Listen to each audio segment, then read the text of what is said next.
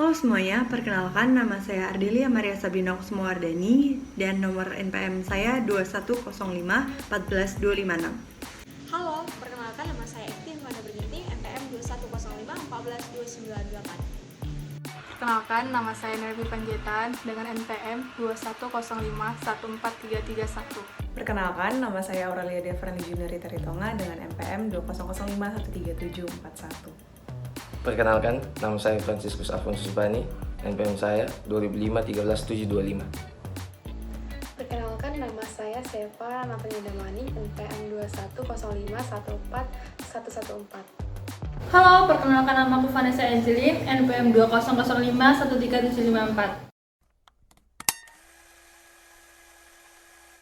Sebanyak 800.000 orang meninggal karena bunuh diri setiap tahunnya. Anak yang berusia 18 tahun mengakhiri hidupnya karena depresi. Kemudian bunuh diri gitu. Yodi meninggal karena bunuh diri akibat depresi. Juga korban depresi karena ditemukan minuman mengandung racun. Gangguan cemas atau anxiety bisa memunculkan gejala-gejala penyakit. Mental health issue itu masih sesuatu yang kayak diremehkan. Lalu sebenarnya bagaimana upaya untuk bisa menghadirkan kesadaran kolektif tentang pentingnya kesehatan mental? Nah, jadi berdasarkan berita-berita yang sudah dipaparkan sebelumnya, permasalahan kesehatan mental itu sebenarnya menjadi sebuah isu penting yang tidak bisa terelakkan di tengah pandemi COVID-19 ini. Permasalahan kesehatan mental seperti cemas, depresi, dan trauma akibat dari adanya COVID-19 dirasakan oleh sebagian masyarakat. Namun sangat disayangkan bahwa kesadaran masyarakat tentang kesehatan mental itu dinilai masih sangat kurang. Tetapi seiring dengan berkembangnya waktu, banyak generasi saat ini yang sudah mulai memanfaatkan konsultasi psikologi untuk mengatasi masalah mental, baik berupa konsultasi langsung maupun konsultasi secara online melalui aplikasi kesehatan mental seperti Mental Health Support, di mana aplikasi ini berguna untuk membantu mendiagnosis kesehatan pasien dengan menggunakan sistem Internet of Things atau IoT. Namun ternyata di dalam perjalanannya, penggunaan sistem IoT ini berpotensi untuk mengakibatkan adanya penyimpangan-penyimpangan dalam beberapa hal, yaitu secara ideologis, ekonomi, sosial, dan juga budaya. Oleh karena itu, kami di sini akan mengupas tuntas tentang potensi penyimpangan-penyimpangan tersebut, serta solusi yang diberikan oleh pemerintah dan juga masyarakat terhadap masalah ini. Dalam bidang ideologi, Indonesia menerapkan ideologi Pancasila yang merupakan nilai-nilai luhur budaya dan religius yang digunakan bangsa Indonesia dan dalam penerapannya dalam kehidupan sehari-hari. Potensi yang dapat muncul adalah banyaknya ideologi alternatif, baik yang menggunakan media sosial dapat dengan mudah dijangkau oleh seluruh anak bangsa Indonesia, seperti radikalisme, ekstremisme, dan konsumerisme. Hal ini dapat membuat masyarakat mengalami penurunan intensitasnya terhadap pembelajaran Pancasila dan penerapan nilai-nilai Pancasila dalam kehidupan sehari-hari. Dan penyimpangan dalam aktualisasi nilai-nilai ideologi yang dalam berkembangannya sekarang berbagai paham yang kurang sesuai dengan nilai-nilai Pancasila. Ancaman lainnya yaitu bentuk pola pikir, sikap, dan perilaku yang kurang selaras dengan nilai-nilai kebersamaan seperti yang diamatkan dalam ideologi negara kita yaitu Pancasila. Potensi penyimpangan secara ekonomi. Banyaknya penipuan yang mengatasnamakan mental health support melalui media WA, IG, dan media sosial lainnya. Hal ini menyebabkan kerugian secara finansial bagi pengguna yang kurang teliti maupun kerugian yang dialami oleh pembuat aplikasi.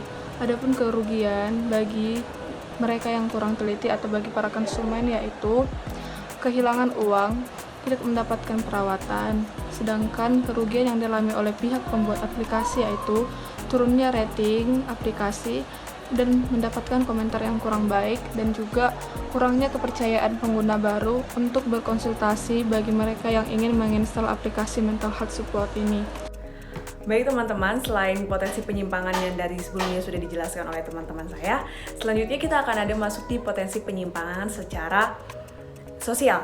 Jadi memang penggunaan aplikasi mental health sangat memudahkan masyarakat untuk bisa konsultasi melalui rumah. Apalagi di masa pandemi ini kita diharapkan untuk bisa mengurangi berinteraksi dengan orang. Namun ternyata di sisi lain ada penyimpangan-penyimpangan yang terjadi. Seperti misalnya orang sudah tidak mau lagi berinteraksi dengan orang lain karena menganggap semuanya segala sesuatu itu sudah praktis tersedia dalam aplikasi mental health tersebut. Jadi dianggap semua mudah, dianggap semua praktis, dan sudah tidak ada lagi yang namanya komunikasi, interaksi, dan menjadikan masyarakat itu hidup menjadi individualisme.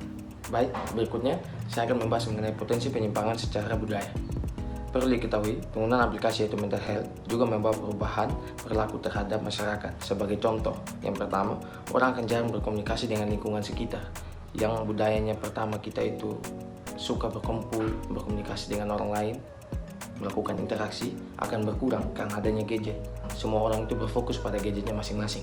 Yang kedua, selain itu budaya kita yang biasanya berkomunikasi dengan tata krama yang baik juga akan hilang karena semuanya dianggap gampang karena tidak bertemu dengan orangnya, seperti itu.